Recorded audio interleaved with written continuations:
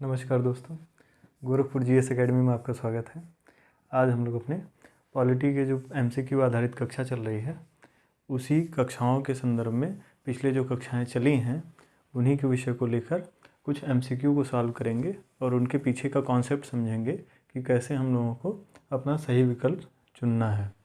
तो समय ना गवाते हुए चलिए आज का टॉपिक शुरू करते हैं। राज्य व्यवस्था के अंतर्गत जो हमारी 3 कक्षाएँ अभी तक चली हैं उन्हीं से संबंधित जो एमसीक्यू हैं, जो लगातार पीसीएस के एग्ज़ाम में पूछे गए हैं। कुछ प्रश्न ऐसे हैं जो इसमें 6 से 7 बार पीसीएस एग्ज़ामों में पूछे गए हैं, कुछ प्रश्न 2 बार पूछे गए हैं, कुछ प्रश्न 3 बार पूछे गए हैं, कुछ प्रश्न जो है 1 बार आए हैं, लेकिन महत्वपूर्ण हैं क्योंकि उससे संबंधित जो कॉन्सेप्ट है उससे प्रश्न हमेशा आते रहते हैं।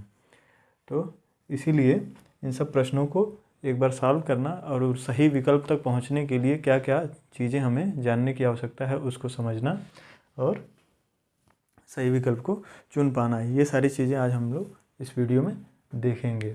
तो पहला हमारा जो प्रश्न है आज का वह है, भारत ने समवर्ती सूची की अवधारणा गृहीत की है। यह प्रश्न हमें लगता है कि पीसीएस में करीब करीब 3 से 4 बार अलग अलग भाषा में पूछा गया, जैसे यहाँ पे अवधारणा गृहीत की है या अवधारणा ली गई है, इस तरह से भाषा बदल बदल के, लेकिन कॉन्सेप्ट यही है कि समवर्ती सूची कहाँ से ली गई है। जो भारतीय संविधान की समवर्ती सूची है वह कहाँ से ली गई है।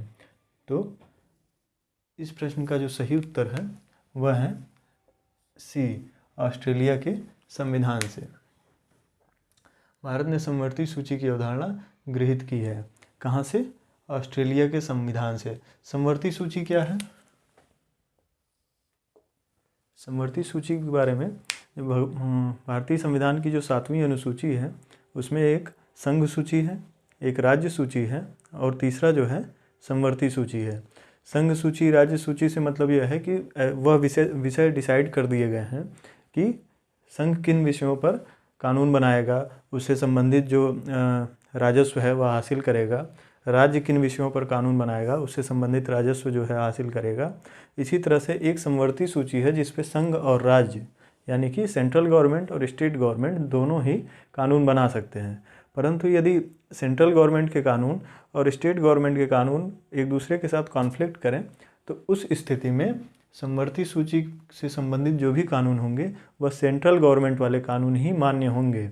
ऐसा सुप्रीम कोर्ट का डिसीजन है, ऐसा रूल रेगुलेशन है कि जो सेंट्रल गवर्नमेंट के रूल हैं वही मान्य होंगे। तो इसलिए समवर्ती सूची में वैसे तो कहने के लिए यह केंद्र और राज्य दोनों के अंतर्गत यह विषय आते हैं, लेकिन अगर प्रैक्टिकली देखेंगे तो इस समवर्ती सूची के विषयों पर राज्य जो है वह केंद्र से हटकर कानून नहीं बना सकते हैं। जैसे एक उदाहरण के रूप में देखा जाए तो विवाह और विवाह विच्छेद यानी तलाक के संबंधित जो मामले हैं यह जो है समवर्ती सूची का विषय है। जनसंख्या नियंत्रण का जो मामला है यह भी समवर्ती सूची का विषय है। इसमें केंद्र और राज्य दोनों जो है कानून बना सकते हैं। जैसे अभी ट्रिपल तलाक के विषय में केंद्र ने जो है कानून बनाया है कि ट्रिपल तलाक जो है अब गैर कानूनी होगा, जिसको तलाक़ बिद्दत कहते हैं। तलाक इस्लामिक कानून में तलाक के कई चीज़ें हैं, कई तरह से तलाक दिए जाते हैं, लेकिन तलाक़ बिद्दत जो है उसको जो है गैर कानूनी ठहराया गया है और उस पर जो है कानून बनाया गया है। तो वह कहाँ से बनाया गया है? सेंट्रल गवर्नमेंट से।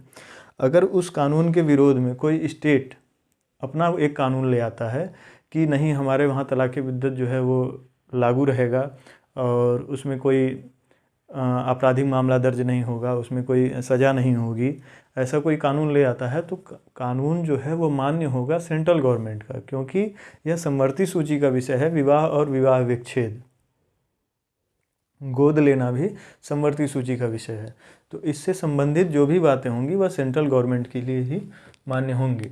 और दूसरा एक कन्फ्यूज़न यहाँ होता है कि 7वीं जो हमारा आज़ादी से पहले जो 1935 का अधिनियम है उसमें भी एक संघ सूची बनी थी, एक राज्य सूची बनी थी। तो कभी कभी अगर मान लीजिए इस क्वेश्चन में तो वह विकल्प ही नहीं दिया है, अगर वहाँ पे समवर्ती सूची की अवधारणा गृहीत की गई है और विकल्प में एक आ जाए कि 1935 के अधिनियम से और उसी विकल्प में ऑस्ट्रेलिया के संविधान से भी उपस्थित हो, तो वहाँ हमें कन्फ्यूज़ नहीं होना है। हमें जो है ऑस्ट्रेलिया के संविधान से जो ऑप्शन है यानी ऑस्ट्रेलिया जो ऑप्शन है, ऑस्ट्रेलिया का जो संविधान है उसी को चूज़ करना है। तो यह हमारा पहले प्रश्न का उत्तर है ऑस्ट्रेलिया के संविधान से। दूसरा प्रश्न है हमारा, भारतीय गणतंत्र की 26/1/1950 यानी 26 जनवरी 1950 को सही संवैधानिक वस्तु स्थिति क्या थी जब संविधान लागू किया गया था। अब इस प्रश्न को ज़रा सा ध्यान से देखिए कि भारतीय गणतंत्र की 26 जनवरी 1950 को सही संवैधानिक वस्तु स्थिति क्या थी। तो ये कब की बात कर रहा है, ये 26 जनवरी 1950 को, जो 50 के समय जो संविधान की स्थिति उस समय की बात कर रहा है।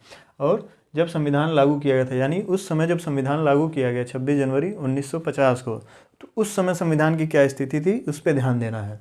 तो विकल्प में क्या है, लोकतंत्रात्मक गणतंत्र, तो संविधान जब लागू हुआ तो लोकतंत्रात्मक गणतंत्र हम लोग हो गए।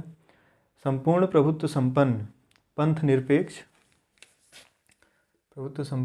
निरपेक्ष लोकतंत्रात्मक गणराज्य। तो यह जो है, जब हमने आपको अपनी प्रस्तावना वाली वीडियो में, संविधान की प्रस्तावना वाली वीडियो में आपको बताया था कि जो संविधान की प्रस्तावना है उसका भाषा क्या है, एक बार भाषा को याद करिए। हम भारत के लोग भारत को एक संपूर्ण प्रभुत्व संपन्न समाजवादी पंथ निरपेक्ष लोकतंत्रात्मक गणराज्य बनाने के लिए। तो यहाँ पर देखिए लोकतंत्रात्मक गणतंत्र है, यह है संपूर्ण प्रभुत्व संपन्न पंथ निरपेक्ष लोकतंत्रात्मक गणराज्य। इसमें समाजवादी शब्द गायब है। संपूर्ण प्रभुत्व संपन्न लोकतंत्रात्मक गणराज्य, यह एक विकल्प है। और यहाँ पर विकल्प देखिए, जो सी और डी है, संपूर्ण प्रभुत्व संपन्न समाजवादी धर्मनिरपेक्ष लोकतंत्रात्मक गणराज्य, यह क्या है, वर्तमान की स्थिति है। आज के समय हमारी जो प्रस्तावना है, यानी आज के डेट में हमारी जो प्रस्तावना है उसकी भाषा क्या है, हम भारत के लोग भारत को एक संपूर्ण प्रभुत्व संपन्न समाजवादी धर्मनिरपेक्ष लोकतंत्रात्मक गणराज्य बनाने के लिए। तो यह जो है डी जो विकल्प है, यह आज की स्थिति है, जो संविधान की प्रस्तावना की आज की स्थिति है वह क्या है, डी वाला विकल्प। लेकिन ये पूछ क्या रहा है, भारतीय गणतंत्र की 26 जनवरी 1950 को सही संवैधानिक वस्तु स्थिति क्या थी। तो हमने आपको प्रस्तावना वाले वीडियो में बताया था कि 3 शब्द जो है वह 42वें संविधान संशोधन के माध्यम से प्रस्तावना में जोड़े गए थे। वह शब्द कौन कौन से थे, समाजवादी, धर्मनिरपेक्ष और अखंडता। यह 3 शब्द, समाजवादी, धर्मनिरपेक्ष और अखंडता जो है वो नीचे आता है जब प्रस्तावना में। तो यह 3 शब्द, समाजवादी, धर्मनिरपेक्ष और अखंडता शब्द कब जोड़े गए, 42वें संविधान संशोधन में। और 42वां संविधान संशोधन कब हुआ था, 1976 में। तो 1976 में यह 3 शब्द जोड़े गए थे। इसका मतलब कि 26 जनवरी 1950 को जो भारत की प्रस्तावना थी, भारत की संविधान की प्रस्तावना थी, उसमें यह 3 शब्द उपस्थित नहीं थे। तो इन 3 शब्दों को हटाकर जो संविधान की प्रस्तावना बनती है वही हमारा सही विकल्प होगा इस प्रश्न के हिसाब से। तो इन 3 शब्दों को जब हटा देंगे तो अखंडता तो पहले से ही हटा हुआ है, समाजवादी और धर्मनिरपेक्ष शब्द को जब हटा देंगे तो क्या होगा, संपूर्ण प्रभुत्व संपन्न लोकतंत्रात्मक गणराज्य, यानी कि विकल्प सी हमारा सही उत्तर होगा, संपूर्ण प्रभुत्व संपन्न लोकतंत्रात्मक गणराज्य। अच्छा, एक चीज़ और यहाँ समझ लेते हैं कि हमने अपने प्रस्तावना के वीडियो में जो है यहाँ पर धर्मनिरपेक्ष लिखा है और हमने अपने वीडियो में जो है पंथ निरपेक्ष बताया है। तो कहीं कहीं किताबों में पंथ निरपेक्ष, किसी किताबों में धर्मनिरपेक्ष जो है आपको मिलेगा। तो संविधान पढ़ते हुए और नॉर्मली जब हम लोग धर्मनिरपेक्ष या पंथ निरपेक्ष की बात करते हैं तो उस दोनों का मतलब सेम ही लिया जाता है कि धर्मनिरपेक्ष स्टेट का मतलब है कि वह राज्य जिसका कोई अपना एक धर्म ना हो, जो सभी धर्मों को समान वैल्यू दे। जो हमने आपको बताया था कि पश्चिम में एक दूसरी वैल्यू है कि वहाँ पे स्टेट जो है धर्म से अपने आप को अलग कर लेते हैं, धर्म के मामले में बिल्कुल भी कोई हस्तक्षेप नहीं रहता है उनका, या बिल्कुल भी कोई पॉलिसी ही नहीं रहती है। उसी तरह से लेकिन भारत में क्या है, भारत में क्या है कि भारत का जो संविधान है वह क्या कहता है कि भारत का अपना कोई धर्म नहीं होगा, लेकिन सभी धर्मों को समान वैल्यू दी जाएगी। सबको जो है जहाँ तक सुविधाएं संभव हैं सभी धर्मों के साथ समान व्यवहार किया जाएगा। तो यह भारतीय धर्मनिरपेक्ष है। तो पंथ निरपेक्ष और धर्मनिरपेक्ष यह दोनों जो है संविधान के मामले में एक ही बातें हैं, लेकिन अगर धर्म की गहराई से जब पढ़ाई करेंगे, धर्म को अच्छे से समझने का प्रयास करेंगे, चाहे वह कोई भी धर्म हो, तो वहाँ पर पंथ निरपेक्ष जो है वह शुरुआती चरण है। किसी भी धर्म का जो शुरुआती चरण होता है वह पंथ निरपेक्षता होती है। पंथ निरपेक्ष पंथ होता है, जो पंथ मतलब एक धर्म बनने की जो शुरुआती चरण होती है, जब किसी व्यक्ति की फॉलोइंग बढ़ने लगे, किसी एक विचार की फॉलोइंग बढ़ने लगे। जैसे एक उदाहरण के रूप में हम लोग सुनते हैं कबीर पंथी। तो कबीर के बारे में सब लोगों ने पढ़ा है कि वह कबीर कैसे थे, धर्म को लेकर उनके क्या विचार थे, कैसे वो धार्मिक आडंबरों को एकदम सिरे से नकार देते थे। चाहे वह मुस्लिम धर्म की बात हो, हिंदू धर्म की बात हो या किसी भी धर्म की बात हो, जहाँ जहाँ जो है धार्मिक आडंबर या दिखावा या ऐसे अप्राकृतिक चीज़ें, बनावटी बातें थी, कबीर पंथी क्या करते हैं, बिल्कुल उनको एक सिरे से नकार देते हैं। तो वह क्या है, एक पंथ है। वही पंथ जब उसकी फॉलोइंग बढ़ने लगती है, किसी एक व्यक्ति के विचार इतने ज़्यादा बढ़ जाएं और एक हॉली बुक आ जाए, एक पवित्र किताब आ जाए, तो वही पंथ जो है आगे बढ़कर धर्म का रूप धारण करता है। तो कबीर पंथी जो है नया धर्म तो नहीं ला पाए, लेकिन पंथ के स्तर तक आ गए थे। तो जैसे होता है ना कि एक सीढ़ी चढ़ते हैं और उसके बाद एक मंजिल तक पहुंचते हैं, तो वह जो है एक अभी सीढ़ी है। पंथ क्या है, सीढ़ी है, और मंजिल जो है वह धर्म है। तो पंथ जो है आगे फेमस होकर धर्म के रूप में परिवर्तित होता है। तो यह अंदर की, थोड़ा धर्म के अंदर की गहराई की बात है, लेकिन संविधान के संदर्भ में धर्म निरपेक्ष पंथ निरपेक्ष एक ही बात के रूप में लिया जाएगा। तो यहाँ इस प्रश्न के सही विकल्प हमने समझ लिया क्या है, संपूर्ण प्रभुत्व संपन्न लोकतंत्रात्मक गणराज्य। यह संविधान की उस समय स्थिति थी, कब, 26 जनवरी 1950 को। लेकिन 42वें संविधान संशोधन द्वारा उसमें क्या जोड़ा गया, समाजवादी, पंथ निरपेक्ष अथवा धर्म निरपेक्ष, और एक शब्द और जोड़ा गया था, अखंडता। तीन शब्दों को बाद में जोड़ा गया, तीसरा प्रश्न हमारा जो है, भारत के संविधान के निर्माताओं का मत निम्न में से किसमें प्रतिबिंबित होता है। यह बड़ा ही कॉन्सेप्चुअल सा प्रश्न था, पीसीएस में पूछा गया और भाषा बदल के 1-2 बार पूछा गया। तो वहाँ पे जो है उद्देशिका ही सही विकल्प है, क्योंकि क्या है कि इस उद्देशिका ही संविधान के अस्पष्ट चीज़ों को स्पष्ट करने के लिए मार्गदर्शक का कार्य करती है। मार्गदर्शक से मतलब यह है कि संविधान में अगर कोई ऐसी बात है जो बहुत स्पष्ट नहीं है, तो वहाँ पर हम लोग उद्देशिका को एक आधार मानते हैं कि उद्देशिका में यानी प्रस्तावना में जो बातें लिखी गई हैं वह किस दिशा में संविधान को ले जा रही हैं। तो उसी दिशा में उस अस्पष्ट बात की व्याख्या सुप्रीम कोर्ट के द्वारा की जाती है।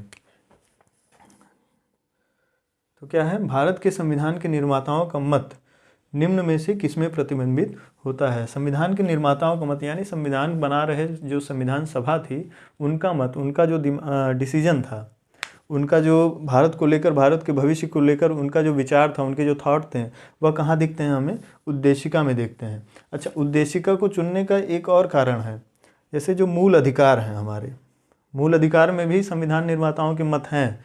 DPSP यानी कि directive principle of state policy, इसमें भी राज्य के नीति निर्देशक के तत्व जो हैं उसमें भी क्या है, संविधान सभा के विचार उपस्थित है। संविधान सभा के द्वारा ही यह निर्मित किए गए हैं। मूल कर्तव्य जो है वह बाद में जोड़ा गया, लेकिन इन तीनों में जो है संविधान सभा के विचार उपस्थित हैं। परंतु जब उनके एक ब्रॉड वे में देखेंगे कि राजनीतिक, सामाजिक, आर्थिक और राजनीतिक न्याय, तीनों न्याय की जब बात करेंगे तो हमें दिखता है कि मूल अधिकार केवल राजनीतिक न्याय की बात करता है। मूल अधिकारों की जब बात देखेंगे तो वह केवल राजनीतिक न्याय की बात करता है। DPSP को जब अच्छे से पढ़ेंगे तो उसमें आपको दिखेगा कि यह सामाजिक और आर्थिक न्याय की बात करता है। लेकिन उद्देशिका में भले ही एक ही लाइन में जो है तीनों शब्द लिख दिए गए हैं कि सामाजिक, आर्थिक और राजनीतिक तीनों को सम्मिलित किया गया है, तो इसलिए उद्देशिका को ही हम लोग सही विकल्प के रूप में चुनेंगे, न कि मूल अधिकार या डीपीएसपी को। उद्देशिका ही इसका सही विकल्प होगा। तो यह हो गया हमारा तीसरा प्रश्न। अब चौथे प्रश्न की तरफ देखते हैं कि भारत के संविधान की प्रस्तावना में कितने प्रकार का न्याय, स्वतंत्रता, समानता एवं भ्रातृत्व का उसी क्रम में, इसको जरा देखेंगे, उसी क्रम में उल्लेख किया गया है। संविधान की प्रस्तावना पढ़ाते समय हमने इस प्रश्न के बारे में आपसे चर्चा किया था। यह शायद 2018 पीसीएस के प्री में आया हुआ प्रश्न है कि भारत के संविधान की प्रस्तावना में कितने प्रकार का न्याय, स्वतंत्रता, समानता एवं भ्रातृत्व का उसी क्रम में उल्लेख किया गया है। तो इस प्रश्न को पूछने का आयोग का क्या कारण होगा? कारण सिर्फ इतना है कि क्या आपने पॉलिटी पढ़ते हुए, भारत के संविधान को पढ़ते हुए उसकी प्रस्तावना को कभी गहराई से पढ़ा है, उनके शब्दों के बारे में गहराई से समझा है कि उस शब्द के मायने क्या हैं। प्रस्तावना जो एक छोटी सी प्रस्तावना है संविधान की, 1 पेज की, उनमें जो शब्द हैं उनके क्या क्या वैल्यू हैं, कभी उनको आपने गहराई से एक बार भी अगर ठीक से गहराई से पढ़ा है तो इस प्रश्न को सॉल्व करने में कोई दिक्कत नहीं होगी। यहाँ पर प्रस्तावना के कुछ दिया ही नहीं गया है, बस नंबर पूछ लिए गए हैं कि कितने तरह के न्याय, कितने तरह के स्वतंत्रता की बात की गई है। तो एक बार देख लेते हैं। सबसे पहले, चूँकि उसी क्रम में कहा गया, तो सबसे पहला देखते हैं क्या, न्याय। तो कितने तरह के न्याय की बात की गई है संविधान में? अभी हमने आपको बताया ऊपर के प्रश्नों में कि सामाजिक, आर्थिक और राजनीतिक न्याय, यानी 3 तरह के न्याय की बात की गई है। तो पहला जो न्याय वाला है वह कितने हैं? 3। तो 3 जो देखिए, तीनों विकल्पों में एक आई है, तो हमारा पहला विकल्प ए ही सही है, बाकी यह सब गलत हैं। पहले ही नंबर से समझ में आ गया कि 3 चूँकि पहले ही ए विकल्प में दिया गया है तो ए विकल्प ही सही है। अगर स्वतंत्रता की बात की जाए तो कितने तरह की स्वतंत्रता की बात की गई है? तो संविधान जब पढ़ते हैं तो उसमें हम लोग क्या पढ़ते हैं कि विचार, अभिव्यक्ति, विश्वास, धर्म और उपासना, यानी 5 तरह के स्वतंत्रता की बात की गई है। तो स्वतंत्रता देखिए, 5 तरह की स्वतंत्रता की बात की गई है। तो हमारा विकल्प कौन सा हो जाएगा? ए। तो इस ऐसे प्रश्नों को पूछने का मतलब सिर्फ इतना होता है कि क्या आपने संविधान की प्रस्तावना को ठीक से पढ़ा है या नहीं पढ़ा है। और किसी भी एग्ज़ाम की अगर आप तैयारी कर रहे हैं तो मेरा एक पर्सनल विचार है, मतलब पर्सनल सुझाव है कि प्रस्तावना को एक बार अच्छे से कंठस्थ कर जाइए। अगर केवल वनडे एग्ज़ाम है तो वहाँ पर भी वो आपको हेल्प करेगा। अगर मेंस वगैरह के हैं कि पीटी है, उसके बाद फिर मेंस हैं, तो संविधान की प्रस्तावना की जो एक एक शब्दावली, अगर उसका केवल मतलब समझ लिए तो आपको मेंस में लिखने में कभी प्रॉब्लम नहीं आएगी कि उन शब्दों का मतलब क्या है। इतना अगर जान गए कि उन शब्दों का मतलब क्या है, कि राजनीतिक न्याय क्या है, सामाजिक न्याय क्या है, आर्थिक न्याय क्या है, और स्वतंत्रता की जब बात की जाती है तो विचार, अभिव्यक्ति, विश्वास, धर्म और उपासना, इनकी स्वतंत्रता की बात की जा रही है। तो यह क्या चीज़ है, इन सबको जो है अगर अच्छे से समझ लिए, अखंडता क्या चीज़ है, इन सबको अगर अच्छे से समझ लिए तो मेंस लिखने में कभी प्रॉब्लम नहीं आएगी। मेंस के उत्तर लिखने में आपको कभी दिक्कत ही नहीं आएगी। 3 प्रश्नों को समझना जरूरी है। अच्छा, एक चीज़ और, प्रस्तावना पढ़ने से क्या होगा, आपको क्रम पता चल जाएगा कि पहले जैसे न्याय, 3 तरह के न्याय की बात की गई है, ये अच्छी बात है। अगर 2018 में ये पूछ सकता है कि कितने तरह के न्याय की बात की गई है, तो विकल्प में 3 या 5, 3, 5, 2, 1 दिया हुआ है। तो क्या ऐसा संभव नहीं है कि अगली बार पीसीएस एग्ज़ाम में ऐसे प्रश्न आ जाएं कि पूछ ले कि संविधान की प्रस्तावना में जो है न्याय की बात की गई है, और विकल्प दे दे, विकल्प ए सामाजिक न्याय, आर्थिक न्याय, राजनीतिक न्याय, तो यह 3 क्या है, सही है, तो विकल्प ए सही हो गया। विकल्प बी में दे दे कि सामाजिक न्याय, धार्मिक न्याय, राजनीतिक न्याय, आर्थिक न्याय को कहीं किनारे कर दे। तो शब्द याद रखना और उनका क्रम याद रखना यह भी ज़रूरी है प्रस्तावना के सिलसिले में, कि पहले सामाजिक, फिर आर्थिक और फिर राजनीतिक न्याय की बात। अगर स्वतंत्रता की बात की जा रही है तो कौन सा पहले विचार, फिर अभिव्यक्ति, फिर विश्वास, फिर धर्म और लास्ट में उपासना। तो क्रम और शब्द दोनों जो है याद रखना जरूरी है, तो ऐसे प्रश्नों में कभी दिक्कत नहीं आएगी। अब 5वां प्रश्न देखिए। 5वें प्रश्न में क्या लिखा है कि निम्न में से कौन भारत को धर्मनिरपेक्ष राज्य वर्णित करता है? अब यहाँ पे थोड़ा सा कंफ्यूजिंग करता है। कंफ्यूजिंग कौन करता है कि मौलिक अधिकार जो हैं उसमें भी धर्म की स्वतंत्रता की बात की गई है।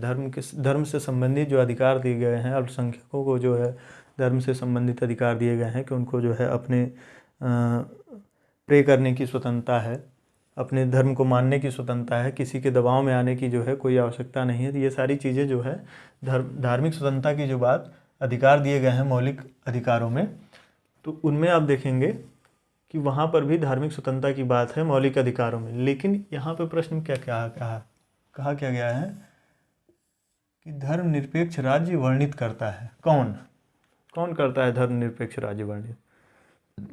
सॉरी। तो अभी आपको हमने बताया कि 42वें संविधान संशोधन में, किसमें? 42वें संविधान संशोधन में क्या 3 शब्द जोड़े गए? समाजवादी, धर्मनिरपेक्ष। उसी धर्मनिरपेक्ष को कुछ लोग पंथ निरपेक्ष भी कहते हैं।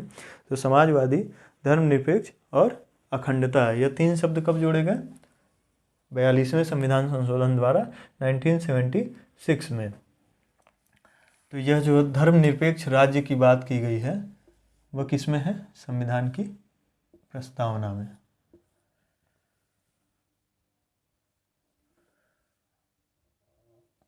इसमें जो है मौलिक अधिकारों से कंफ्यूज नहीं होना है, क्योंकि मौलिक अधिकारों में भी धार्मिक स्वतंत्रता की बात की गई है, लेकिन धर्मनिरपेक्ष राज्य की बात जो है वह संविधान की प्रस्तावना में की गई है। यह जो मौलिक अधिकार हैं यह नागरिकों को धार्मिक स्वतंत्रता का अधिकार देते हैं, लेकिन धर्मनिरपेक्ष राज्य की बात जो है वह प्रस्तावना में ही की गई है। अब अगला प्रश्न देखते हैं। निम्न कथनों पर विचार करिए और सही कूट का चयन करिए। ऐसे प्रश्न आजकल ट्रेंड में हैं।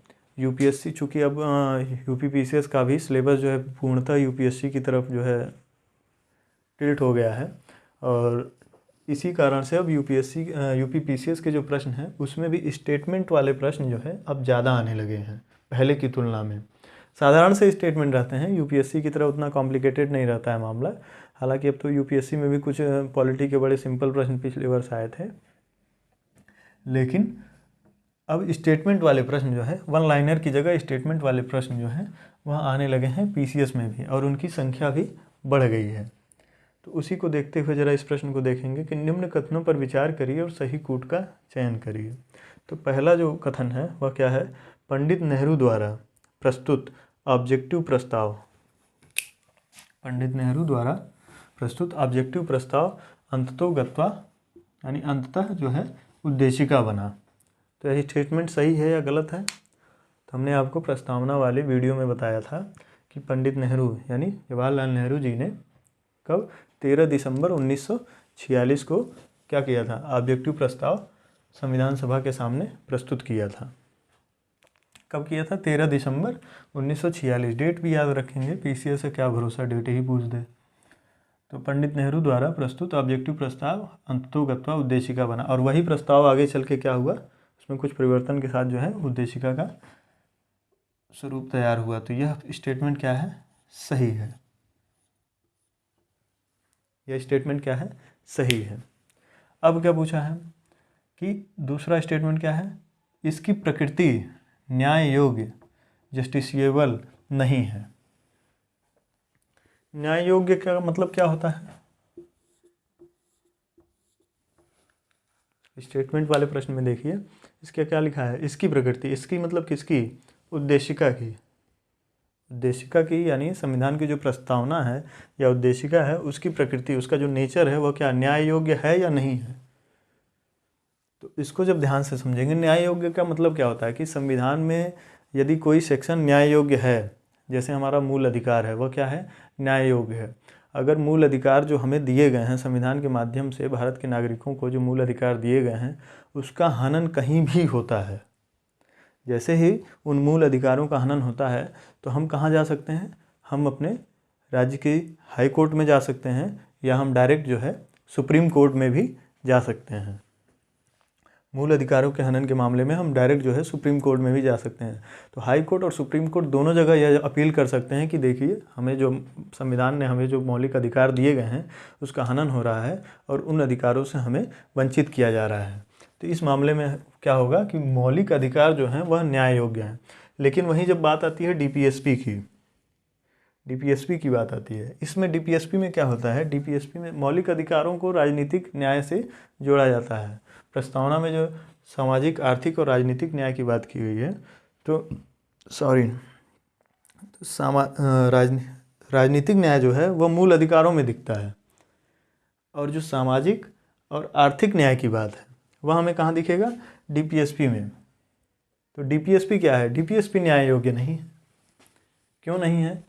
क्योंकि अगर डीपीएसपी में यह लिख दिया गया कि समान नागरिक संहिता होनी चाहिए, यानी यह आगे भविष्य की बातें हैं। अभी आप उसको लेकर सुप्रीम कोर्ट में नहीं जा सकते या हाई कोर्ट में नहीं जा सकते हैं कि देखिए सर, डीपीएसपी में तो ये चीज़ें लिखी हुई हैं और कि साफ़ पानी मिलेगा, हवा मिलेगा, घर मिलेगा, जो है स्वास्थ्य सुविधाएं मिलेंगी, शिक्षा मिलेगा, लेकिन हमें नहीं मिल रहा है। तो आप जो है सरकार से कहिए कि वो जो है हमें ये सुविधाएं उपलब्ध कराएं। तो हम क्या करेंगे, हम नहीं जा सकते हैं। क्यों? क्योंकि डीपीएसपी न्याय योग्य नहीं है। लेकिन जब मूल अधिकार की बात आती है, यानी राजनीतिक न्याय की बात आती है कि हमारे अभिव्यक्ति की स्वतंत्रता जो है वह हमारा राजनीतिक अधिकार है, मौलिक अधिकार है, जिससे क्या होता है, एक राजनीतिक न्याय मिलता है कि हम बोलने के लिए स्वतंत्र हैं। वही सरकार में है या नहीं है, अगर उसका काम हमारे हित में है तो ठीक है, अगर हित में नहीं है तो हम जो है उसके अपोज में आ सकते हैं। आज हमारे देखिए किसान आंदोलन देखिए किस तरह से किया जा रहा है। तो उन सबको देख कर क्या समझ में आता है कि जो मौलिक अधिकार है वह न्याय योग्य है। तो उसी तरह से एक बार जरा इसको, प्रस्तावना को जब देखेंगे कि प्रस्तावना की प्रकृति न्याय योग्य है या नहीं है, तो प्रस्तावना में क्या क्या बातें लिखी गई हैं, राजनीतिक, आर्थिक और सामाजिक न्याय की बात की गई है। लेकिन क्या सामाजिक न्याय इस समय समाज में न्याय है? भारत का जो समाज है वहाँ पे क्या न्याय है? सभी लोगों को समान नज़रिए से देखा जाता है? क्या ऐसा है? आर्थिक न्याय की बात होती है तो भारत का जो पूरा इनकम है, भारत के जो संसाधन है, आर्थिक संसाधन है, जो चल संसाधन है या अचल संसाधन है, उन पर क्या सभी नागरिकों को बराबर अधिकार दिया गया है? तो बराबर अधिकार तो संभव नहीं है। लेकिन क्या सभी नागरिकों को जो मूलभूत सुविधाएं हैं वह उपलब्ध हो चुकी हैं? नहीं हुई हैं।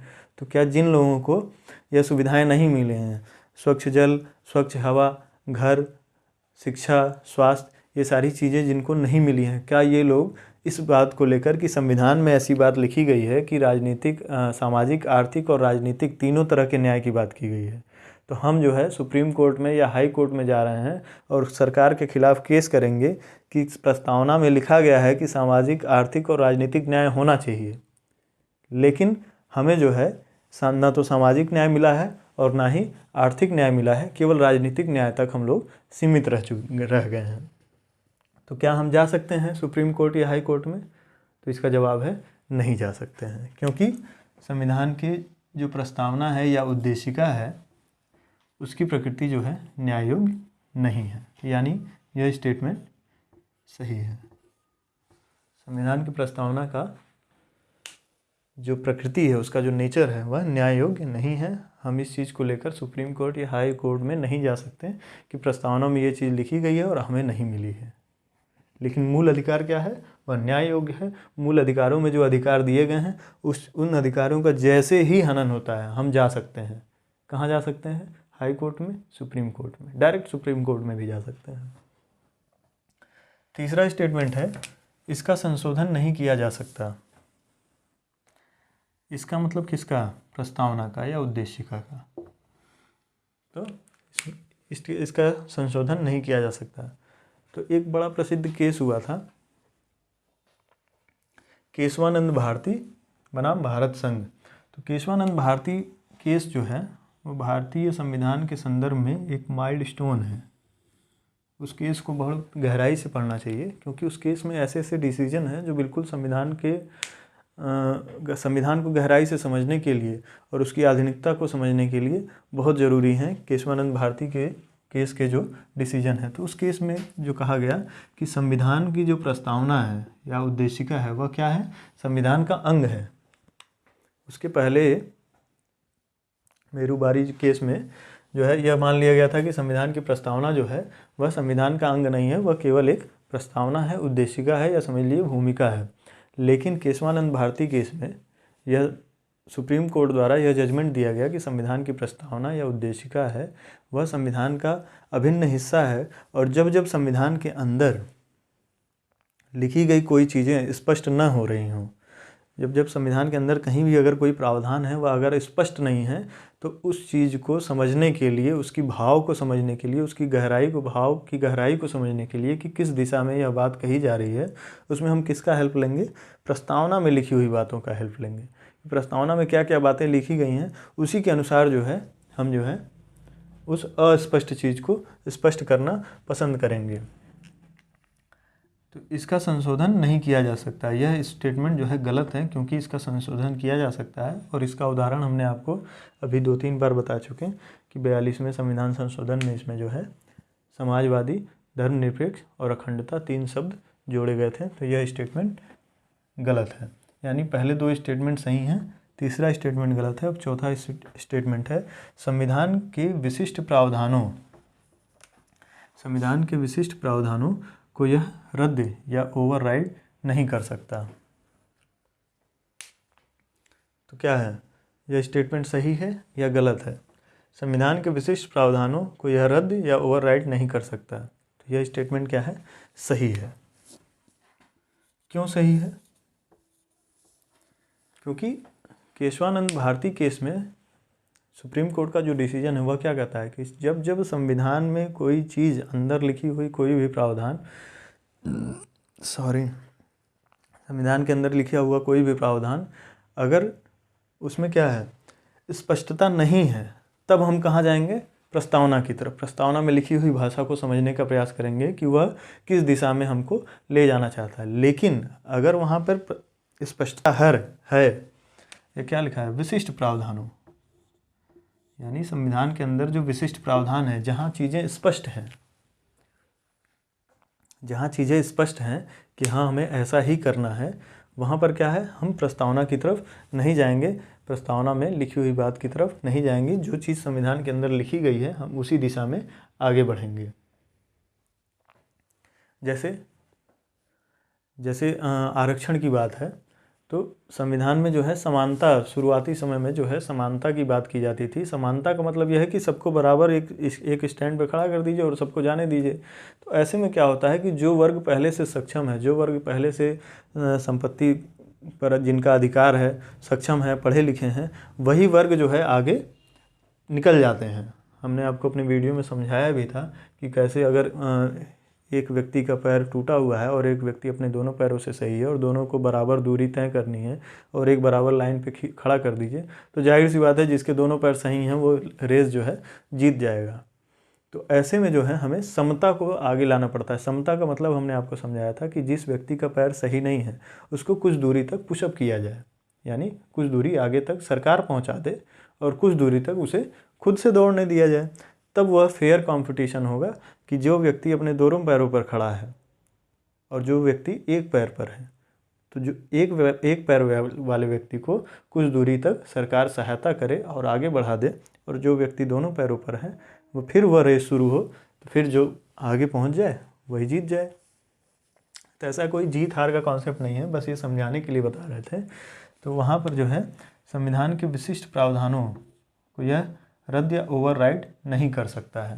तो यह बात सही है कि ओवरराइड या रद्द नहीं कर सकता है। किनको? विशिष्ट प्रावधानों को। जब जब संविधान में के अंदर अस्पष्टता आएगी तब हम संविधान की प्रस्तावना की तरफ जाएंगे। अगर चीज़ें स्पष्ट हैं, आरक्षण की चीज़ें जो है संविधान में स्पष्ट थी, तो इसलिए हम लोग जो है समानता की तरफ ना जाकर समता की तरफ बढ़ते हैं और स्पष्ट चीज़ों में संविधान की प्रस्तावना की तरफ हम नहीं जाएंगे। यानी संविधान की प्रस्तावना जो है संविधान के अंदर स्पष्ट चीज़ों को स्पष्ट लिखी हुई चीज़ों को रद्द या ओवरराइड नहीं कर सकती है। संविधान की प्रस्तावना संविधान के अंदर लिखी हुई स्पष्ट प्रावधानों को ओवरराइड नहीं कर सकती है। संविधान की प्रस्तावना की आवश्यकता तभी होगी जब अंदर लिखे हुए कुछ प्रावधान जो हैं स्पष्ट ना हो, अस्पष्ट हो। तो ऐसे में हमें चारों के बारे में हमने अच्छे से डिस्कशन कर लिया कि चारों स्टेटमेंट क्या हैं, उनका मतलब क्या है।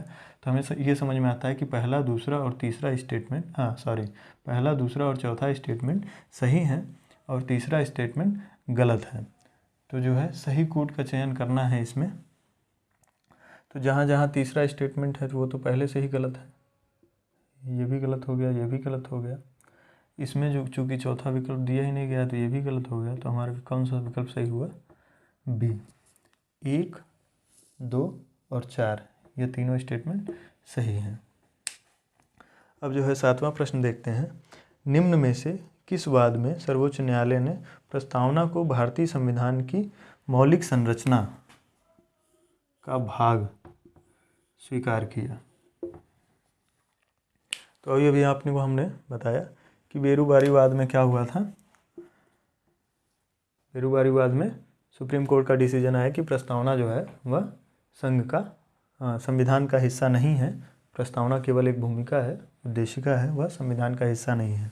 लेकिन केशवानंद भारती केस, जो केशवानंद भारती केस था, उसमें जो है सुप्रीम कोर्ट ने यह स्पष्ट कर दिया कि संविधान की जो प्रस्तावना है वह संविधान का भाग है, उसका जो है उसी का एक हिस्सा है। और जब जब संविधान के अंदर लिखी हुई कोई बात स्पष्ट नहीं होगी तब तब हम संविधान की प्रस्तावना को देखकर उसकी दिशा और दशा को तय करेंगे। तो यह किस केस में हुआ था? केशवानंद भारती वाद में।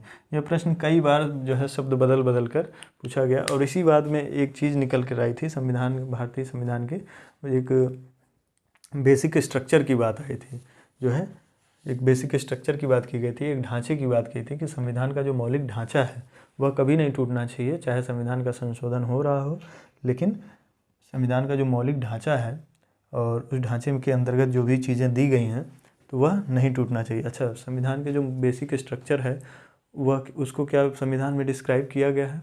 तो नहीं किया गया है। यह केशवानंद भारती केस में सुप्रीम कोर्ट के द्वारा यह निर्णय दिया गया कि संविधान का एक बेसिक स्ट्रक्चर है और उस स्ट्रक्चर को सरकार, संसद जो है नहीं तोड़ सकती है। उस स्ट्रक्चर के दायरे में रहकर ही संविधान का संशोधन सरकार कर सकती है।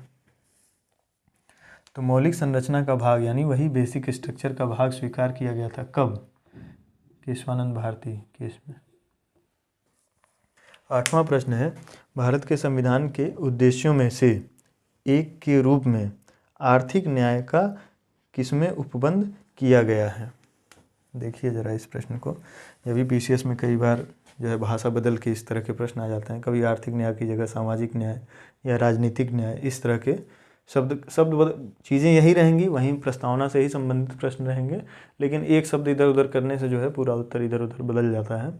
तो भारत के संविधान के उद्देश्यों में, तो भारत के संविधान का जो प्रस्तावना में हमने बताया था कि क्या क्या उद्देश्य थे। भारत के संविधान के उद्देश्यों में से एक, जो कई उद्देश्य उनमें से एक के रूप में क्या है? आर्थिक न्याय की बात।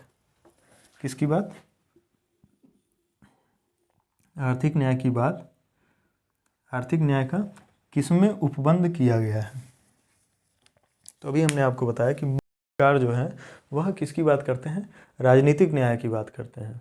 वह आपको समाज में अधिकार देते हैं, वह आपको जो है बोलने की, अभिव्यक्ति की स्वतंत्रता की बात करते हैं। तो मूल अधिकार जो है वह राजनीतिक न्याय की बात करते हैं।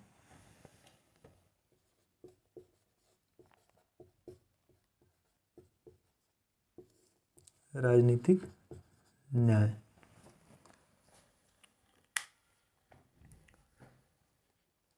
तो राजनीतिक न्याय और उद्देशिका जो है, उद्देशिका में कौन कौन से न्याय की बात की गई है? तो कई बार हम बता चुके तब से कि 3 तरह के न्याय की बात की गई है। कौन कौन सी? सामाजिक, आर्थिक और राजनीतिक न्याय की बात की गई है। किसमें? उद्देशिका में। सामाजिक न्याय, आर्थिक न्याय और राजनीतिक न्याय। तो उद्देशिका में तीनों तरह के न्याय की बात की गई, यानी आर्थिक न्याय जो है उद्देशिका में उपस्थित है, लेकिन मूल अधिकार में क्या है? राजनीतिक न्याय उपस्थित है। डीपीएसपी में क्या है? डीपीएसपी में आपको मिलेगा सामाजिक और आर्थिक, दोनों तरह के न्याय आपको डीपीएसपी में मिलेंगे। डीपीएसपी से संबंधित जो है राज्य के नीति निर्देशक के जो तत्व हैं उससे संबंधित जब क्लास लेंगे तब समझाएंगे उसमें आपको कि कैसे उसमें सामाजिक और आर्थिक दोनों तरह के न्याय उपस्थित हैं।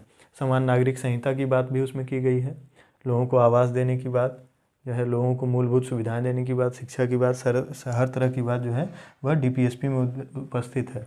डीपीएसपी मूलतः क्या है कि जब जब संसद में उपस्थित सरकार, देश की जो सरकार है या राज्य की सरकार है, वह जब जब कोई कानून बनाए तो वह डीपीएसपी को ध्यान में रख कर ही कोई कानून बनाए, जो उसमें डायरेक्टिव प्रिंसिपल यानी जो नीति निर्देशक जो निर्देश दिए गए हैं संविधान सभा के माध्यम से, संविधान में जो निर्देश दिए गए हैं कि भारत के भविष्य में भारत को इस दिशा में लेकर चलना है, तो उन निर्देशों को ध्यान में रखते हुए हम लोग पॉलिसी बनाएं। और देश में जब से भारत आज़ाद हुआ है तब से जब गवर्नमेंट की किसी भी पॉलिसी को आप जब अच्छे से एनालाइज करेंगे तो आप देखेंगे कि वह डायरेक्टिव प्रिंसिपल से ही मेल खाता हुआ आपको नज़र आएगा। डायरेक्टिव प्रिंसिपल को ही ध्यान में रखकर हर तरह की स्कीम बनाए गए हैं, चाहे वो मनरेगा की बात हो, चाहे आवास योजना की बात हो, चाहे जो है स्वच्छ जल की बात हो, जो भी आप देखेंगे, चाहे किसानों से संबंधित जो बिल पास हो रहे हैं उनकी बात हो, तो वह हमेशा आपको डायरेक्टिव प्रिंसिपल के संदर्भ में मिलेगा। तो आर्थिक न्याय यहाँ पर पूछा गया है, आर्थिक न्याय कहाँ कहाँ उपस्थित है? उद्देशिका में और डीपीएसपी में। मूल अधिकार क्या कहते हैं? राजनीतिक न्याय की बात करते हैं, तो यह ए भी नहीं होगा, और इसमें भी मूल अधिकार दिया गया है तो यह भी नहीं होगा, और उपयुक्त में से किसी में भी नहीं, यह भी नहीं है। विकल्प कौन सा सही है? विकल्प बी, उद्देशिका और डीपीएसपी।